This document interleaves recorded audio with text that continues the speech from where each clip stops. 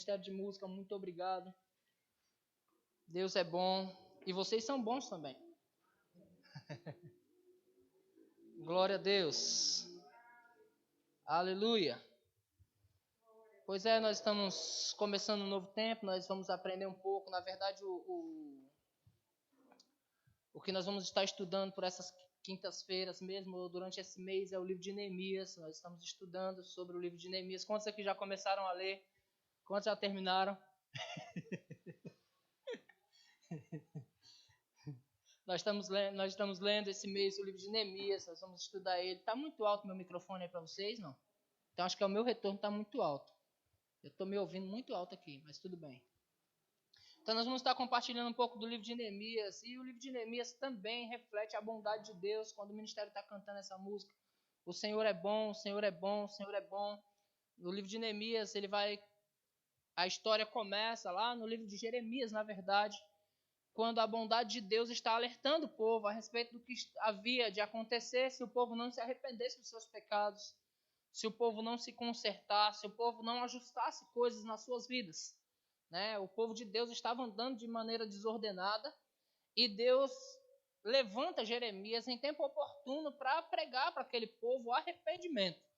O desejo de Deus era que aquele povo se arrependesse e não viesse parar no exílio na Babilônia. Né? O desejo de Deus foi que aquele povo se consertasse. Né? Só que o povo não quis ouvir, não deu ouvido à voz do profeta, e por não ter dado ouvido à voz do profeta, o povo foi parar no exílio, foi levado cativo para a Babilônia e passou ali 70 anos, de acordo com o próprio Jeremias, né? Porque Deus disse que seria 70 anos, de acordo com o estudo detalhado de Daniel. Daniel disse que descobriu pelos livros que o tempo já tinha chegado, que era 70 anos que o povo tinha que passar lá, e depois de 70 anos o povo foi liberto da Babilônia. Só que o povo foi liberto da Babilônia, mas ainda tinha algumas coisas quebradas, algumas coisas destruídas, ou seja, aquilo que Deus havia estabelecido, aquilo que eles haviam construído por muito tempo, havia sido destruído. Amém? Então o tema que Deus me deu, na verdade, para esse tempo, foi estar estudando o livro de Neemias, e eu fiquei perguntando para o Senhor, como é que você quer que nós discorremos com isso? Porque estudar o livro de Neemias é fácil, mas como o Senhor quer que nós discorremos com isso, qual é a mensagem que você quer passar para o seu povo? E só vinha a palavra para mim, self, que é alto, né? Vocês sabem que self, quem tira um autorretrato sabe que é self, né? Então só subia a palavra self. Eu falei, rapaz, alto. Mas Neemias fala de reconstrução, então eu fui procurar reconstrução no inglês para ficar chique. Porque como a palavra que subia era self, então eu coloquei self-rebuild, que quer dizer auto-reconstrução. Agora é interessante falar de reconstrução nos dias de hoje. Deixa eu perguntar aqui para os mais maduros.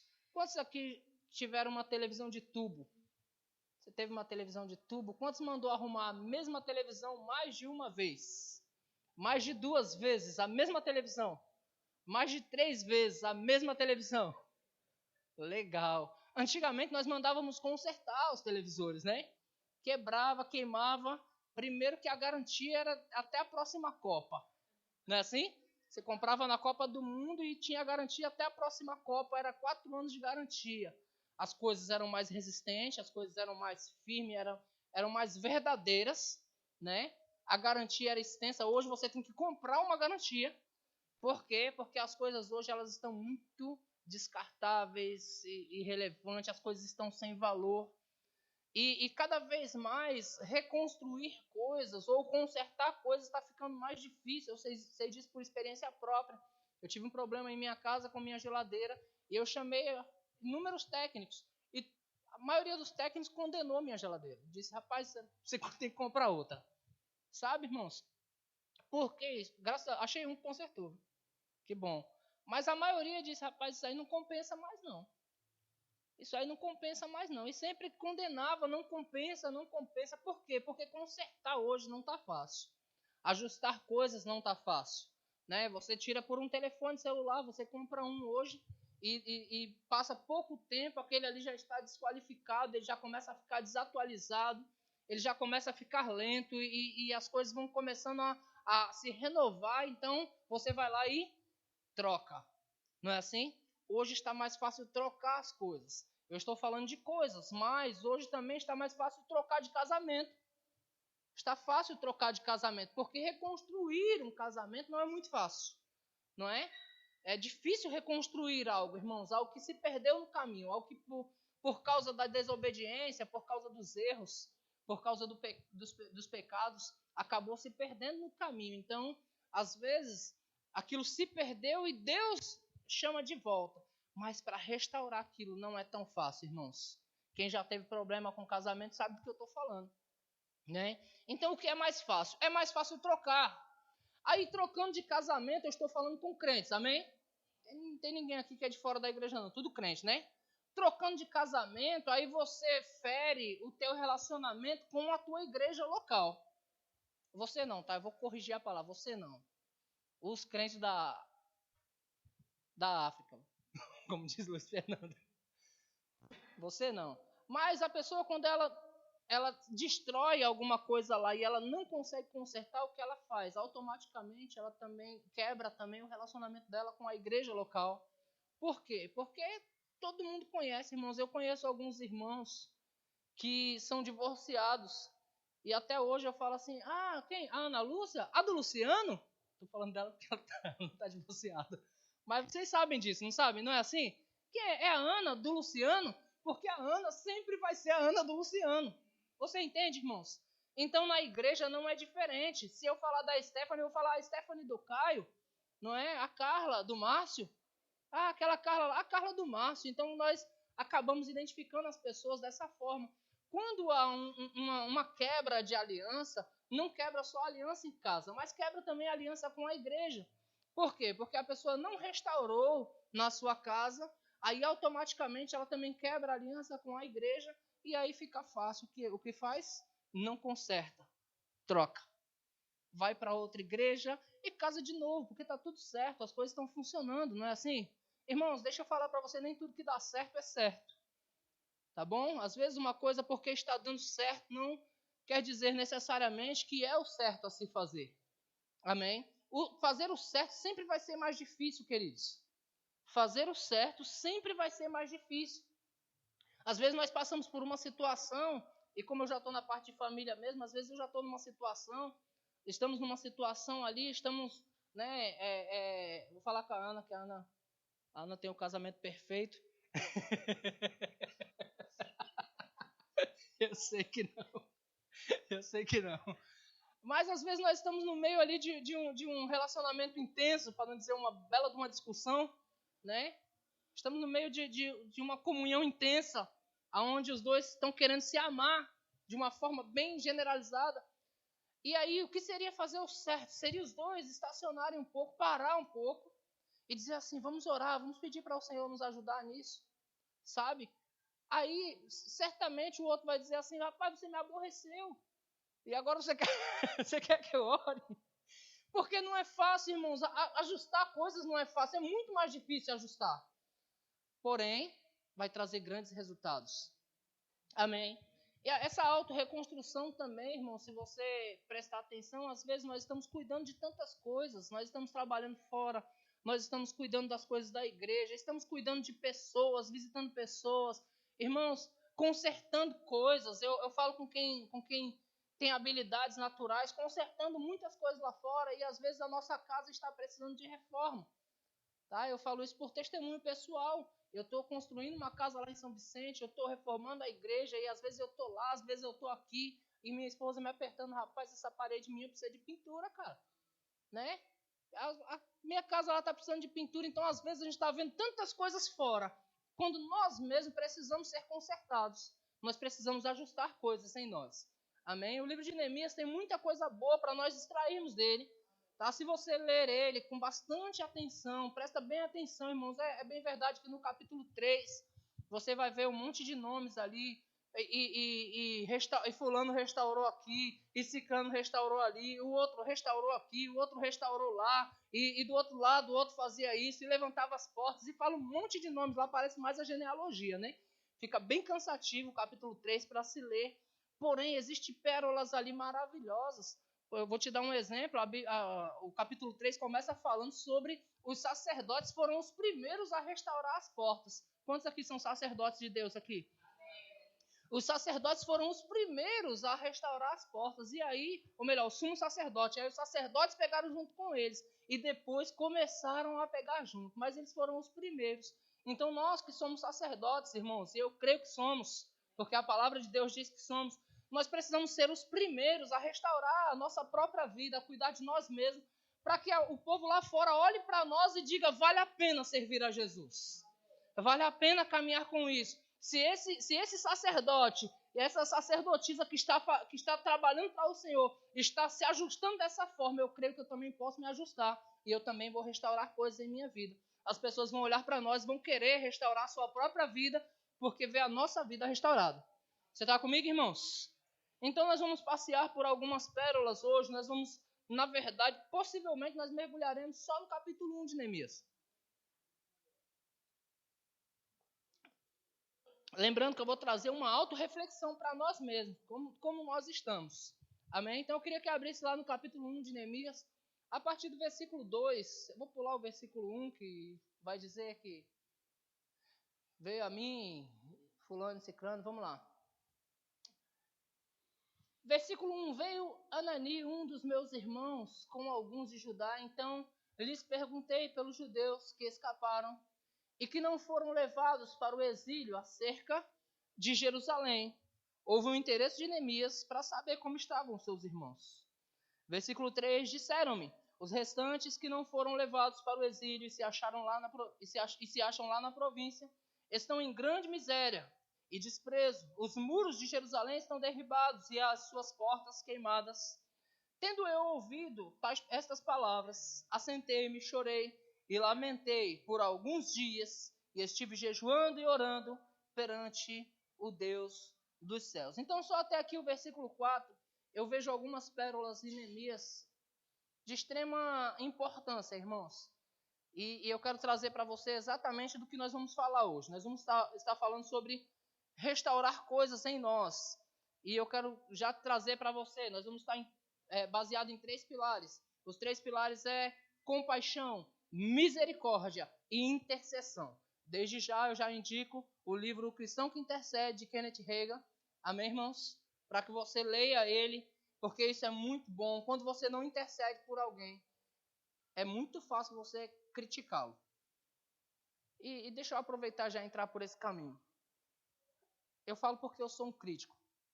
Eu sou um cara crítico. E eu sei que você também é. Você é uma pessoa analítica. Caio, vem cá, Caio, por favor. Eita, Caio. Esquece, Caio. Fica aí. Caio tá com uma camisa ali chamada Zumbi. Quantos aqui sabem o que é zumbi?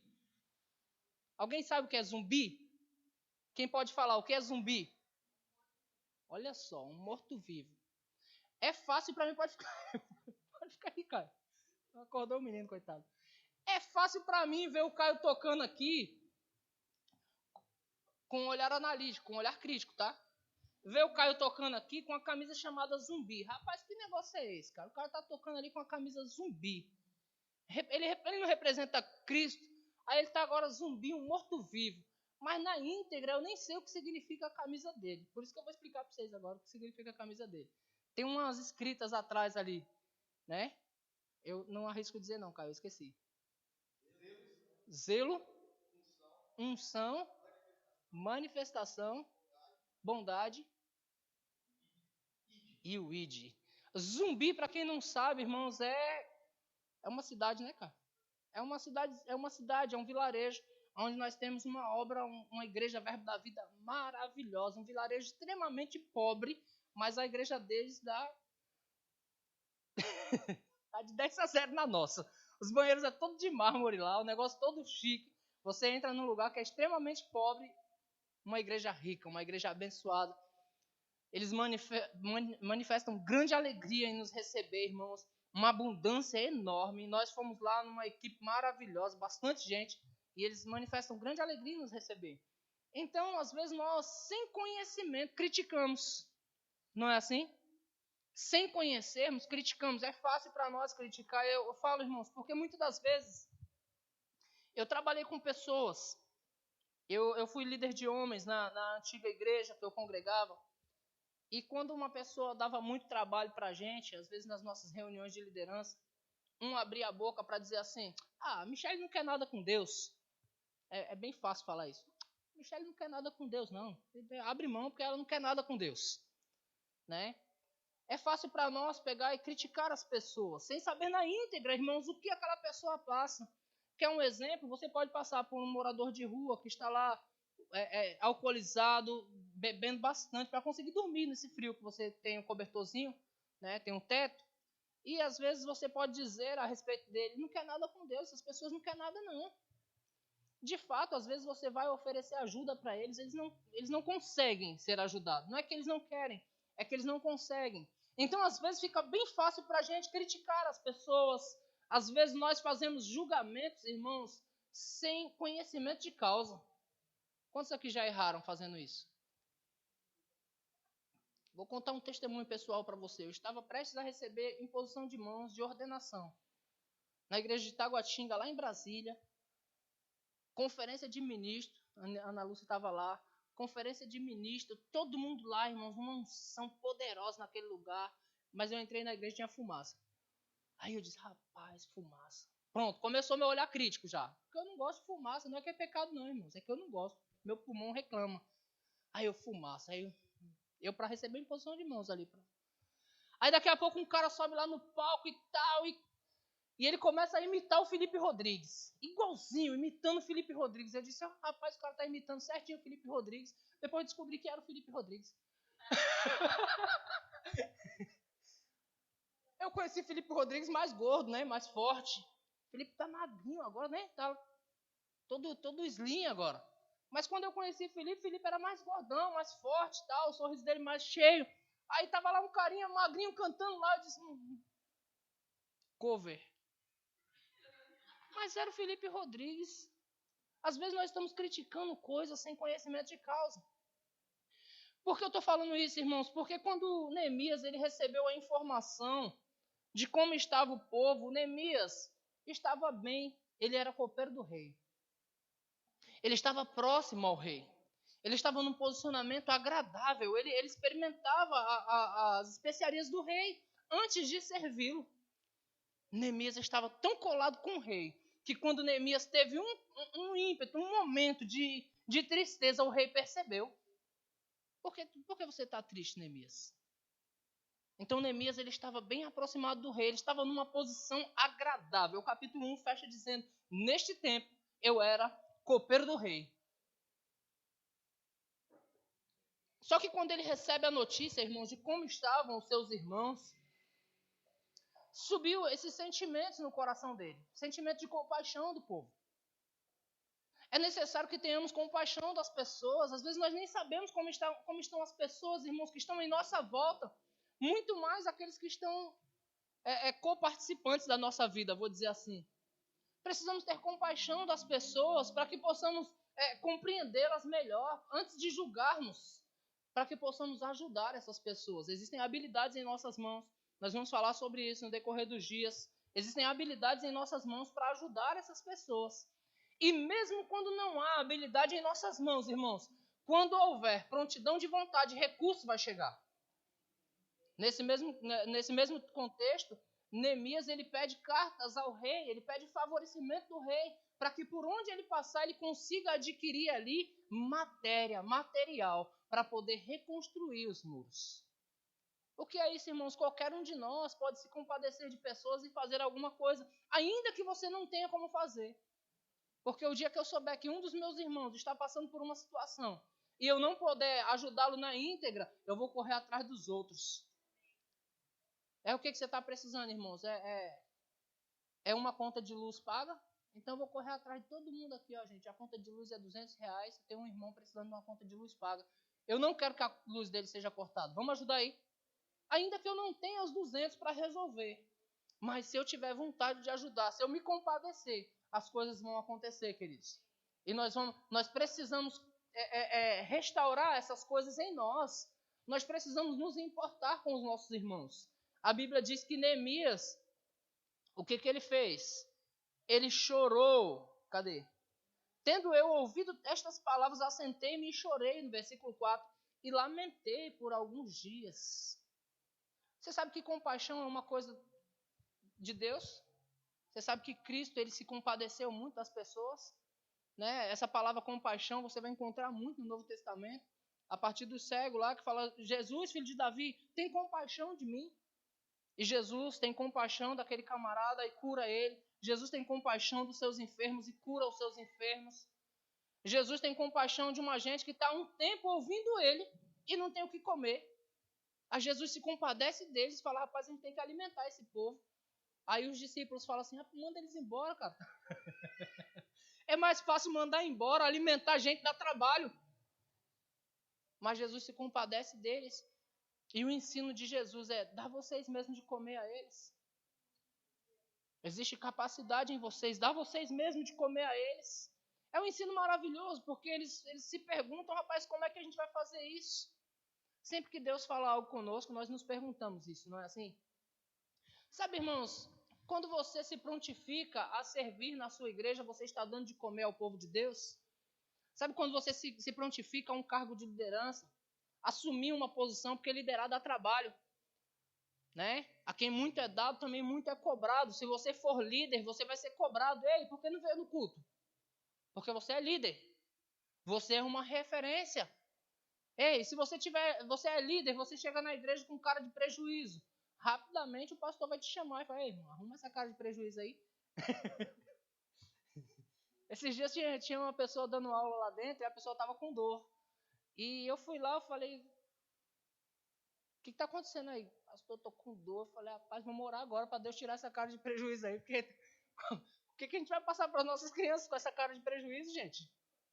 Você entende que às vezes quando nós estamos em uma posição, nós precisamos nos esforçar, vai exigir mais de nós.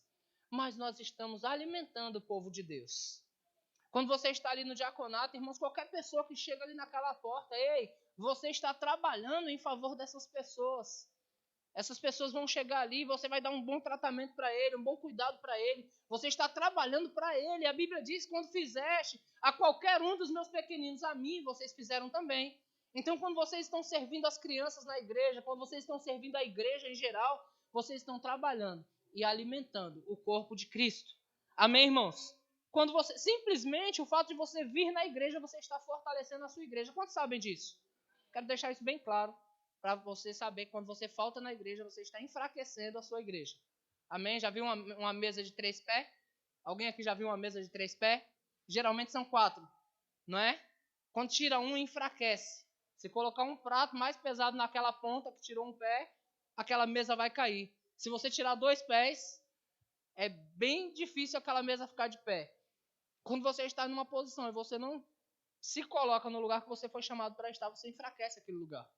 Então não enfraqueça a sua igreja. Eu vou falar em hebraico agora. Não enfraqueça a sua igreja. Amém, irmãos? Então vamos falar um pouco a respeito de compaixão. Eu já li o texto que Neemias ele se compadeceu do povo, por isso ele chorou, né? Quem se compadece sente, irmãos. O apóstolo Paulo, falando a respeito dos Gálatas, ele diz que sentia de novo as dores de parto, até ver Cristo ser gerado neles. O que Paulo estava falando? Paulo estava falando de uma íntima intercessão. Nós já vamos falar sobre intercessão. Mas Paulo estava falando que aquilo incomodava, que doía nele. O fato daqueles irmãos terem que ser restaurados na fé, porque a fé deles tinha se perdido. É fácil isso acontecer porque Paulo está escrevendo para uma igreja na Galácia. Ele não está escrevendo para o mundo. Paulo não escreveu nenhum evangelho, irmãos. Quem escreveu os evangelhos foi Mateus, Marcos, Lucas e João. Paulo não escreveu o evangelho. Paulo escreveu cartas às igrejas. Quando ele escreve a igreja da Galácia, ele chama os Gálatas de insensatos. Ou seja, coisas tinham sido destruídas e ele estava reconstruindo agora. Algumas coisas precisam ser reconstruídas em nós. E Paulo dizia, eu sinto de novo dores de parto até ser Cristo. Até Cristo nascer em vocês novamente. Por quê? Porque havia se perdido. Coisas podem estar se perdendo dentro de nós, irmãos. E às vezes eu estava... É bom quando as coisas acontecem, tudo favorecendo o Espírito. Eu estava em casa ontem e de repente me deu uma vontade de ver aquele negão cantando. O irmão Lázaro. Quantos gostam do irmão Lázaro aqui? E ele tem uma canção que canta assim: restaura a tua casa, ó Senhor. Acaba o show, restaura o louvor.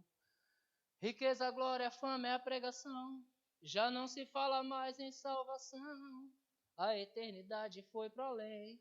No mundo ninguém ama mais ninguém. Na verdade, ele está cantando a restauração da casa de Deus. É possível, irmãos, nós estarmos na casa de Deus, cantando, dançando, se alegrando, e coisas estão sendo destruídas em nós sem que nós percebamos. É necessário nós identificarmos essas coisas e começarmos a colocar em prática aquilo que nós nascemos para fazer. Você nasceu de Cristo, irmãos, você nasceu de Deus, então as características de Deus estão em você. É necessário nós colocarmos em prática aquilo que Deus nos chamou para ser, na verdade.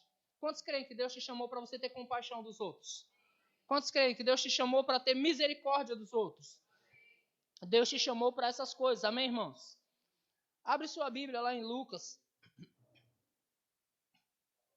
capítulo 7.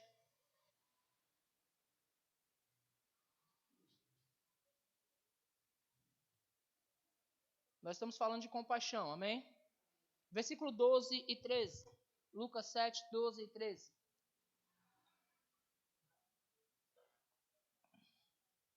Olha que texto maravilhoso, irmãos. Como se aproximasse da porta da cidade, eis que saía o enterro do filho único de uma viúva, e grande multidão da cidade ia com ela. Vendo ao Senhor, se compadeceu dela, ele disse: não chores. Agora presta atenção, irmãos, olha aqui para mim. Não é interessante, irmãos, que tem muitas pessoas ficando viúva de um único filho do nosso lado? Quando nós nos compadecemos de pessoas, nós fazemos alguma coisa por elas. Só que às vezes é fácil olhar para a vida das pessoas e dizer assim, Jesus não olhou para aquela mulher e disse: você mereceu que seu filho morresse. Você não a educou direito. Você não fez bem o seu papel de mãe. E por você não ter feito bem o seu... Sabe o que é isso, irmãos? Isso é condenação. Essas coisas é o diabo que faz. Eu sei, irmãos, porque todo pai ou mãe que o seu filho comete um erro grave, a primeira coisa que nós pensamos é aonde nós erramos. Quantos aqui já se fez essa pergunta? Eu ainda não cheguei nessa fase, tá? Os meus filhos ainda são pequenininhos, ainda não cheguei nessa fase. Mas a primeira pergunta, a primeira indagação que vem, irmão, no nosso entendimento é essa. Onde foi que eu errei? Aí nós não precisamos de ninguém para dizer para nós, você errou. Você deveria ter educado melhor essa criança. Você deveria ter corrigido mais essa criança. Você deveria ter segurado mais, supervisionado mais.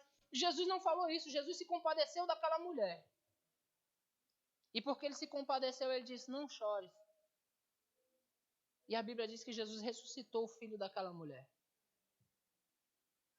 Agora vamos trazer, irmãos, para o entendimento do evangelho, do poder que a igreja tem. Quantas mulheres estão perdendo seus filhos? E nós, com o poder, com a graça de Deus, nós podemos restaurar essas famílias. Mas porque nós não estamos mais nos importando. A família está morrendo do lado da nossa casa. E nós não estamos fazendo nada a respeito. Eu já vou entrar daqui a pouco na parte de intercessão. Mas às vezes, nem orando por essas pessoas nós estamos. Pelo contrário, nós ouvimos até pregações sobre isso. Se aquele filho morto, eu estou falando espiritualmente, amém? Se aquele filho morto é um abençoado funkeiro, e ele coloca funk bem alto do lado da sua casa, você ora para ele ir embora. Ninguém aqui nunca fez isso. É mais fácil orar. Leva ele para o Japão, para Jussier cuidar dele lá. Leva ele para o Japão, para o nosso irmão Jefté, né? Jefté, deixa a igreja dele crescer lá. Manda para lá, né? É muito mais fácil fazer isso, irmãos. Mas quando nós nos compadecemos, é diferente. Você está entendendo aonde que está a espiritualidade do assunto? Em nós reconstruir essas coisas em nós mesmos? Nos corrigir. Algumas áreas, irmãos, nós precisamos nos corrigir. Eu falei da camisa do Caio porque eu criticaria se eu não tivesse conhecido o Zumbi. Uma camisa chamada Zumbi, que negócio é esse? Mas eu conheci Zumbi, por isso eu não falo. Às vezes nós criticamos sem conhecimento de causa. Às vezes estamos falando ao invés de fazer algumas coisas. Jogando peso e carga sobre as pessoas, quando nós podíamos restaurar aquela família, irmãos. Nós podíamos fazer alguma coisa, eu estou falando dentro e fora da igreja. Você está comigo? Dentro e fora da igreja. Dentro e fora da igreja. Dentro e fora da igreja, porque na igreja também não é diferente. Nós vemos um diácono com cara amarrada, e aí todo mundo critica o diácono porque o diácono está com cara amarrada. Quem perguntou para ele o que está acontecendo? Quem chamou ele, se importou e disse, você está bem? O que eu posso fazer para lhe ajudar? Você está comigo, irmãos? Quem se importou e disse, rapaz, deixa eu te cobrir hoje, senta aí, ouve um pouco, deixa eu cobrir você. Eu percebo que você não está em condições. Então, irmãos, ter compaixão das pessoas é tarefa de todo cristão. Amém, irmãos? Jesus se compadeceu daquela mulher. E a primeira coisa que ele disse para ela foi, não chores. E depois ele ressuscitou o seu filho. Você está comigo? Abre lá em Mateus 14, 14.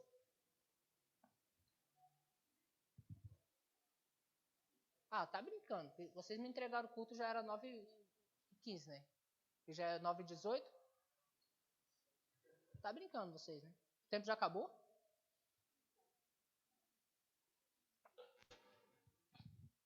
Esse relógio está adiantado, irmão. 1h30. Vamos lá. Mateus 14, 14. Vai dizer, desembarcando, viu Jesus uma grande multidão, compadeceu-se dela e curou os seus enfermos. Presta atenção que se compadecer de pessoas também vai dar trabalho. Nós precisamos estar dispostos a fazer. Precisamos estar dispostos a fazer alguma coisa. Quantos estão dispostos a curar enfermos? Nós estamos querendo que essas coisas aconteçam. Quantos querem que curas aconteçam, irmãos? Deus vai confirmar a palavra dele, irmãos, por meio de curas, por meio de maravilhas, por meio de milagres. Mas nós estamos querendo fazer. Porque falar como nós queremos é fácil. E aí, como igreja, é mais fácil ainda. Joga a culpa toda no pastor. As coisas não estão acontecendo porque o pastor não está ungido o suficiente.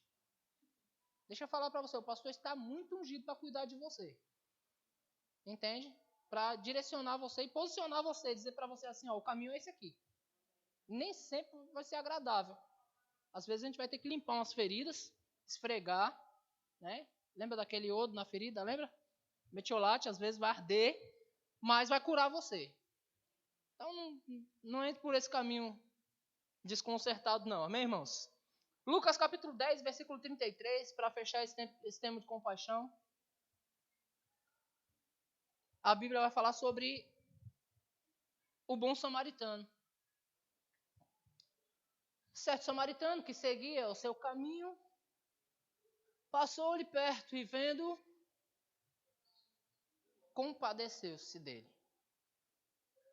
Agora, nesse mesmo contexto, é muito interessante o que Jesus diz, né? Porque passa lá o sacerdote. O sacerdote passa, mas às vezes ele está tão ocupado, ele está indo para a igreja, é festividade. Ele está todo alinhado. Os adornos estão alinhados. Ele não quer se sujar. Você entende? Jesus faz uma boa colocação nesse texto, dizendo, passou um sacerdote. E o que o sacerdote fez? Nada. Aí passou o levita, que alguns costumam dizer que seriam os músicos, né? Nos dias de hoje. Não necessariamente. Amém? Os levitas também eram músicos. Mas não necessariamente. Mas vamos fazer essa analogia. Passou lá o ministro de louvor, só que ele está muito ocupado, porque ele tem que chegar exatamente no horário do ensaio. Ele tem que afinar suas cordas. Tem que estar tudo pronto. Mas aonde está a compaixão, irmãos, para com as pessoas? Como é que nós estamos andando para com as pessoas? Eu estou falando os de perto e os de longe. Aí Jesus fala do bom samaritano, ou o samaritano que passou lá e viu. E ele se compadeceu. E o que ele fez? Limpou as feridas. Tratou. pagou para ele ficar na hospedaria. E ainda falou, se custar mais caro, quando eu voltar eu acerto. Sabe o que é isso? Até que ele fique 100% sarado, eu vou me responsabilizar. Quantos de nós estamos dispostos a pegar uma pessoa doente e carregar essa pessoa até que ela fique 100% sarada? Não é fácil, queridos. Não é fácil. E por isso, os doentes continuam doentes. Só que isso acarreta em nós também, porque quando nós não estamos andando na totalidade do que Deus quer que nós andemos, nós também estamos doentes, só não percebemos. Mas Deus está restaurando essas coisas, amém? Eu creio que a partir de hoje você vai olhar para as pessoas com outros olhos. Posso acreditar nisso? Se você não fizer, pelo menos acredite comigo, tá bom? Você vai olhar para as pessoas com outros olhos. Um outro ponto é ter misericórdia. Se você for ver a oração de Neemias, Neemias ora pedindo perdão pelos pecados deles. E Neemias se coloca como um todo, dizendo, nós temos pecado contra ti. Nossos pais têm pecado contra ti. Na oração de Neemias, ainda no capítulo 1. Ele vai interceder pelo povo, ele vai orar pelo povo, e ele começa pedindo perdão pelos pecados. Ou seja, ele entende que aquele povo pecou, aquele povo merecia estar lá. Daniel, quando ele descobre ali, quando ele diz assim, olha, pelos livros eu percebi que o tempo já deu, das 70 semanas. Daniel também faz intercessão pelo povo. E ele diz, Senhor, a nós cabe a vergonha. Ao Senhor a glória, mas a nós a vergonha. Porque pelos nossos atos nós viemos parar aqui. Daniel capítulo 9, se você quiser ler, fica à vontade depois. Pelos nossos atos nós viemos parar aqui. Então a nós cabe a vergonha. Mas quem foi Daniel, irmãos? O que ele faz? Ele tem misericórdia do povo, ele reconhece que o povo estava em pecado. Mas Daniel, irmão, se você procurar o pecado de Daniel, você não vai encontrar. Daniel tinha um espírito excelente, Daniel orava quando diziam para não orar, Daniel buscava a Deus quando diziam para não buscar, Daniel passou por experiências com Deus que só ele passou. Por quê? Daniel conhecia a Deus. Entende isso? Mas mesmo assim, ele não condenou o povo, ele entendeu que o tempo já tinha chegado. E eu creio que o tempo para o povo que está em nossa volta já chegou. Amém, irmãos? E nós vamos nos compadecer deles, nós teremos misericórdia deles. E buscaremos eles, ajudaremos eles a crescer.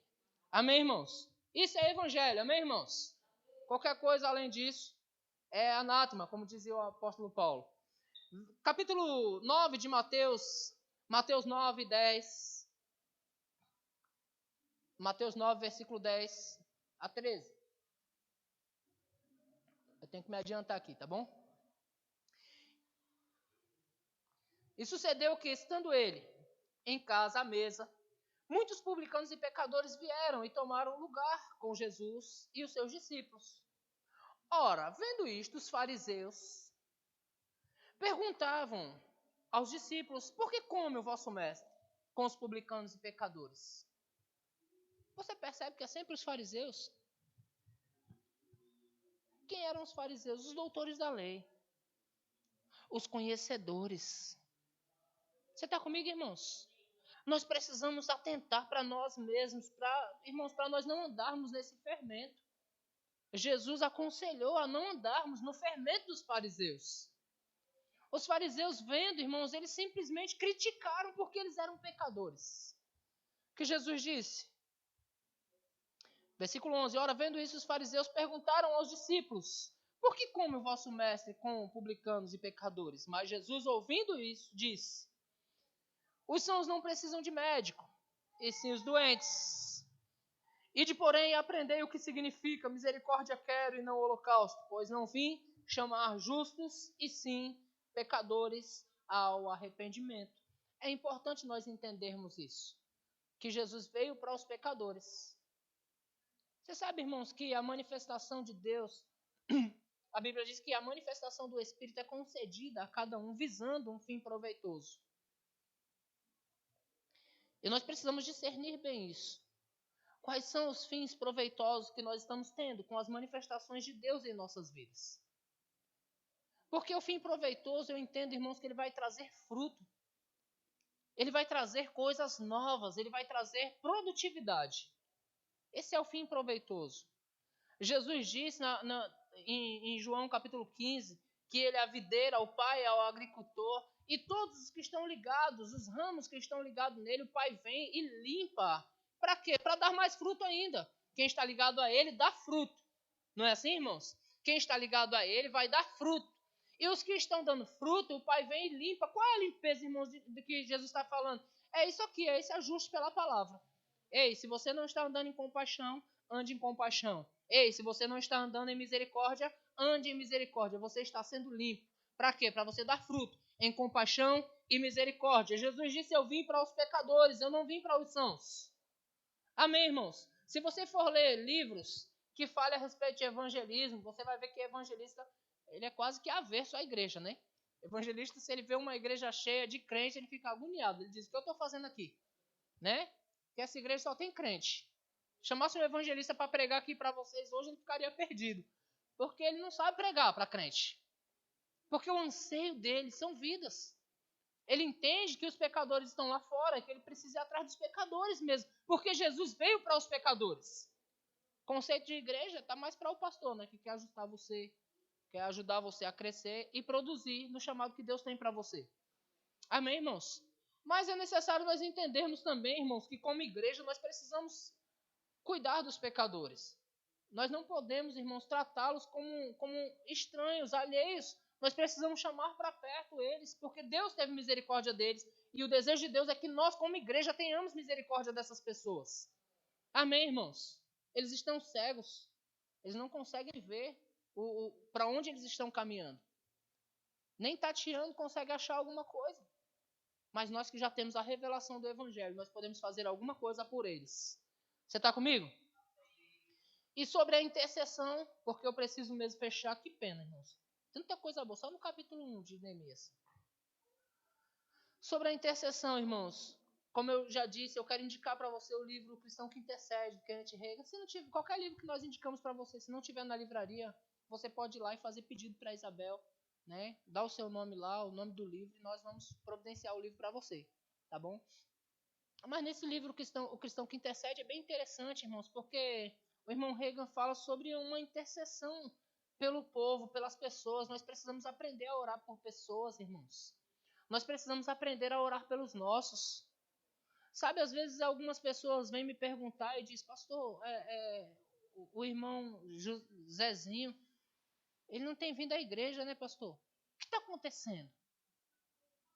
Sabe, irmãos, é interessante esse cuidado seu, mas você tem mais cuidado dessas pessoas orando por eles do que querendo saber o que está acontecendo. Porque muitas vezes eu não vou dizer para você o que está acontecendo. A maioria das vezes eu sei o que está acontecendo, mas não vou te dizer, porque eu não vou falar da vida dos outros para você. Entende isso? Mas o que você acha de interceder por essas pessoas, irmãos? O que você acha de orar por essas pessoas? Orar para eles prosperarem, orar para eles crescerem, orar para dar certo a vida deles. Orar por bons empregos para eles, orar por bons casamentos, orar pela família. Irmãos, do modo que eu me importo pela minha família, eu me importo pela sua.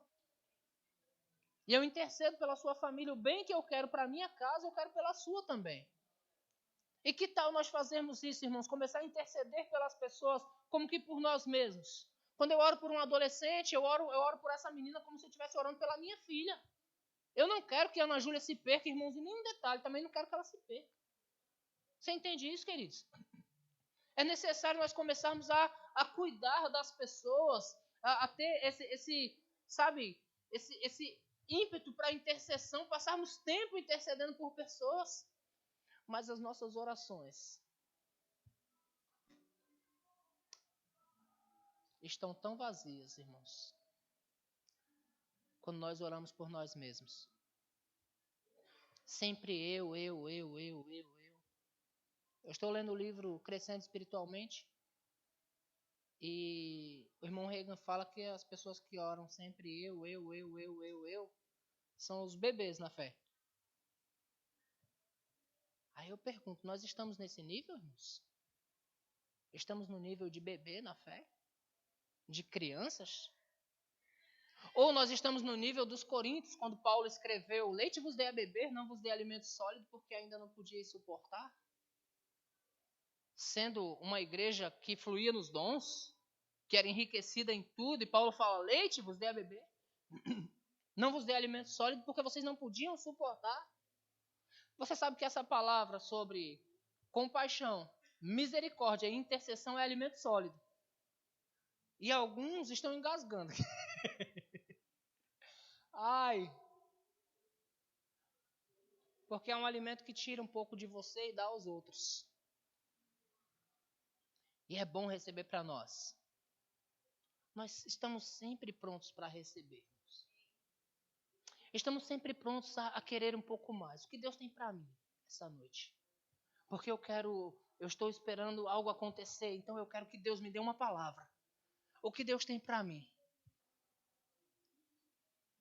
Vou te dizer o que Deus tem para ti. Busca em primeiro lugar o seu reino e a sua justiça. E as demais coisas te serão acrescentadas. Ou todas as outras coisas te serão acrescentadas. Quando você buscar estar alinhado com a vontade de Deus para a tua vida. Entende, irmãos? Então nós precisamos restaurar algumas coisas em nós. E uma das restaurações que nós precisamos fazer é chamar de volta para nós mesmos a compaixão. Alguém aqui já chorou por pessoas?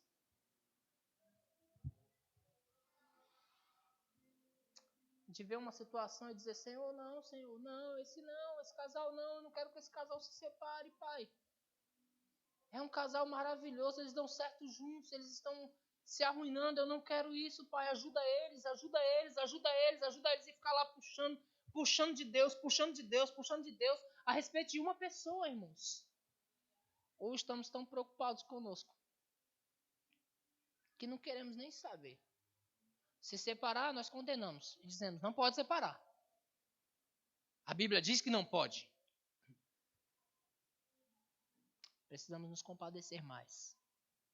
Precisamos ter misericórdia das pessoas, capacidade para perdoá-las, amá-las de verdade. E nós precisamos interceder por elas. Eu não vou ler a oração de Neemias, mas Neemias intercedeu por aquele povo. Ele intercedeu primeiro diante de Deus, dizendo para o Senhor que Deus havia prometido restaurá-los.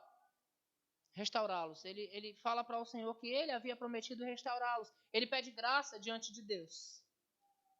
Ele pede ao Senhor para que ele encontre graça diante dos homens. Então ele intercede por aquele povo. Você sabe, irmãos, que uma pessoa que ela tem o hábito de interceder, Deus vai revelar coisas para elas? Quer receber revelações de Deus? Quantos querem receber revelações de Deus? Comece a interceder por pessoas. Comece a interceder. Deus vai falar coisas para você entregar para elas.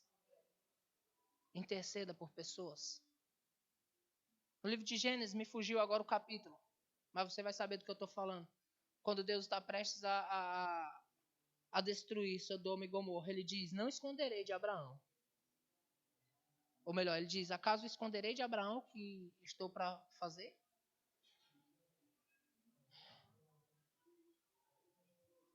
Então os anjos vão lá e conversam com Abraão, e Abraão faz o quê? Intercede por aquele lugar. Senhor, você vai matar os justos com os injustos? E se tiver 50? Vai destruir? Se tiver 50 justos? E se tiver 40? Se tiver 30? Sabe? Começa uma conversa ali de intercessão pelo povo. E todo mundo sabe que Abraão estava intercedendo mesmo pelo seu sobrinho. E a salvação vem para aquele sobrinho, que estava lá no meio da perdição. Ele tinha decidido ir para o meio da perdição. Quando houve a guerra contra Sodoma, ele foi levado cativo. Abraão foi lá, salvou eles. Em vez dele vir com Abraão, ele decidiu ficar no meio da perdição. Pega os detalhes do contexto. Houve uma situação, ele foi levado cativo. Abraão chamou os homens de guerra dele, foi até lá, guerreou, ganhou. Salvou o lugar, salvou os escravos. E Ló decide permanecer na perdição. Mesmo assim, Abraão intercede por ele. Aí você pega o contexto geral da história. Da descendência de Ló vem os moabitas. Da onde apareceu quem? Rutinha. Da onde saiu? A genealogia de Jesus Cristo. Amém, irmãos? Olha a grandeza do que estava para acontecer. Por causa da intercessão de um homem aconteceu. Ló foi salvo daquele lugar por causa da intercessão de Abraão. Então vamos restaurar isso em nós, queridos. Interceda por pessoas. Não desista de pessoas. Cuide mais. E como eu disse, o livro Cristão que Intercede vai dizer que quando você tem o hábito de interceder por uma pessoa, jamais falará mal dela. Amém? Interceda pelos seus irmãos. Interceda pelo seu pastor. Amém, irmãos? Vamos ficar de pé, meu tempo acabou, que pena. Tem tanta coisa boa para compartilhar, irmãos, nesse livro. A gente vai compartilhar ainda de muitas coisas boas. Amém? Você vai ver que, de fato, Deus fez grandes obras. E quando você pega a palavra para você, é melhor ainda. Amém?